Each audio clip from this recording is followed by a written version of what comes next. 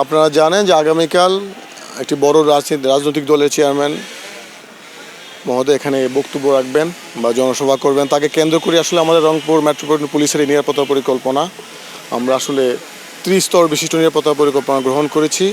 আমাদের পুরো পোশাকে যেমন পুলিশের ডিউটি থাকবে, অ্যাট দ্য সেম টাইম আমাদের সিভিলেও ডিউটি পোশাকেও অর্থাৎ থাকবে।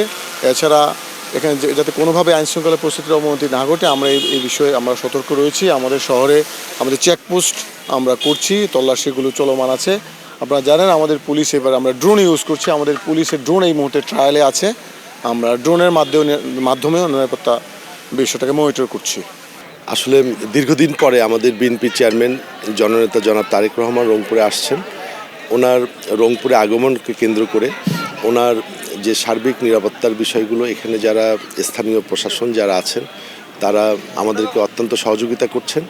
এর পাশাপাশি আমাদের দলীয় যারা নেতাকর্মী আছেন তারাও দফায় দফায় মিটিং করছেন এবং আমরা আশা করছি তার নিরাপত্তাজনিত এবং সামগ্রিক বিষয়গুলো অত্যন্ত সুন্দর এবং ভালোভাবেই পালিত হবে। এবং সেই সাথে তার এই দীর্ঘদিন পর রংপুরে আগমনকে কেন্দ্র করে একদিকে যেমন দলীয় নেতাকর্মীর মধ্যে উচ্ছ্বাস, কিন্তু তার চেয়েও যেটা বেশি আমরা পরিলক্ষিত আমাদের কাছে হচ্ছে সেটা হচ্ছে যে সাধারণ মানুষ যে উজ্জীবিত হয়েছে, সাধারণ মানুষের মধ্যে যে একটু উচ্ছ্বাস, এক পলক তাকে সেই প্রিয় নেতাকে দেখার জন্য অধীর আগ্রহে বা তাকে একটু অভিবাদন জানার জন্য, তাকে একটু সম্ভাষণ জানার জন্য রংপুরের মানুষের মধ্যে একটি ব্যাপক উচ্ছ্বাস আমরা দেখছি।